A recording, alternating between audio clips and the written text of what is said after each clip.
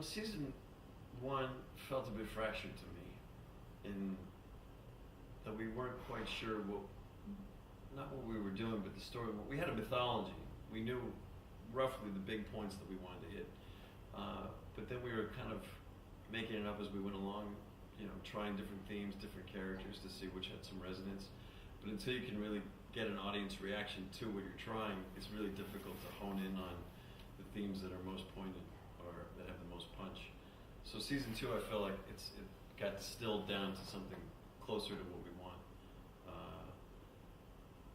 Utilizing characters to the best degree, not too much, not too little, just sort of finding the right balance. I think season one was all about setting the table. It's basic exposition. These are the characters. These are their backstories. This is the world we're inhabiting. These are the aliens. Season two allows you to build on that momentum and get a bit more specific in the storytelling and delve a little deeper, which I think was more gratifying. Will be more gratifying viewing. He came in with things that he liked and things that he didn't like. Every time you have a new showrunner at the helm, they want to put their own imprimatur on it. It's no fun to carry somebody else's water. And a lot of times that manifests itself in wanting to create new characters right off the bat and infuse them into the ensemble. That was certainly the case when we had our first sort of handover of the reins. Robert Rodat wrote our pilot script. And then Graham Yost came over to kind of craft the skeleton of the first season. Even though he wasn't with us as a showrunner, he ran the writer room and kind of crafted the first outline and introduced right off the bat characters like Pope and Maggie to sort of put his own stamp on the show. Remi decided to sort of play the hand that he got dealt, but thematically kind of changed a lot of the focus of the episodes, and there were things that, like I said, he wanted to move away from. Aesthetically, there were two things that we identified right off the bat that we thought we could move away from. One was we shot a lot of daylight scenes in the first season, and there's something about the sun shining that seemed to dissipate the tension that we wanted to have be ever present, and to show that even though it's more uncomfortable to shoot at night, works better at night in shadow, with these characters having a real reason to fear the dark again. The second was that we occupied one location for 4 or 5 episodes last season. We found this high school, and we kind of camped out there.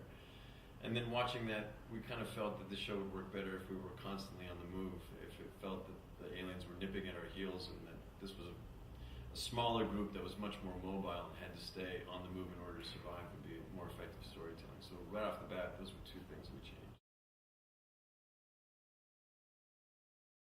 Yeah, and they're kind of harder as an ensemble, as a unit. That they've been battle tested. Their ranks have been thinned a little bit. They're not carrying as much dead weight. They're very good at picking up and moving at a moment's notice. They're very good at securing their perimeter. They're very good at finding food and ammunition and the basic things they need to survive. They just feel incredibly isolated. They've been cut off communication-wise from any other surviving unit and feel very much like they're the last one standing.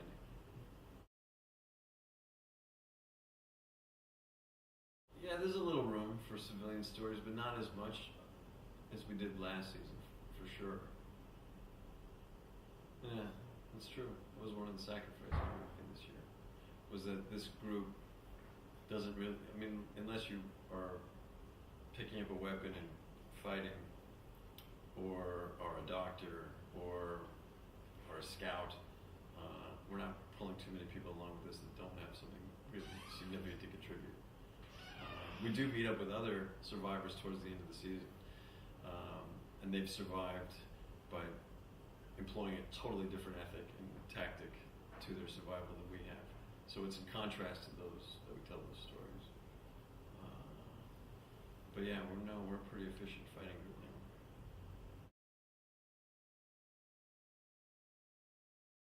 Yes, and one of the things I lobbied for was having him walk on that spaceship and then be suspiciously let loose allows a little opportunity for that, in that he's not quite trusted fully when he comes back. He may pose as a security risk. He may be a bit of Trojan horse. And I think the fact that he has his own misgivings about what was done to him, the fact that he can't have total recall over everything that happened to him on the ship, also gives you another color to play self-doubt and suspicion. It does, yeah. Well, a couple significant things happen. Towards the end of last season, we do an autopsy on one of the skidders and find out that they were harnessed at some point in their lives, which begs the question: were they an enslaved species? And if so, if they can overcome the effects of the harness, is there a potential alliance to be made with a faction of the aliens themselves, which would really turn the tables in the fight?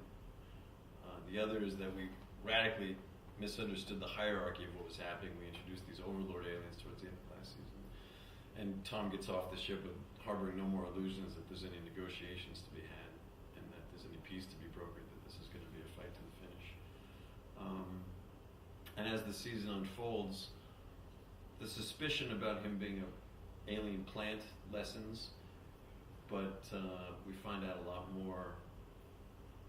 I don't know how to say this without giving too much away. Yeah, I guess it does play.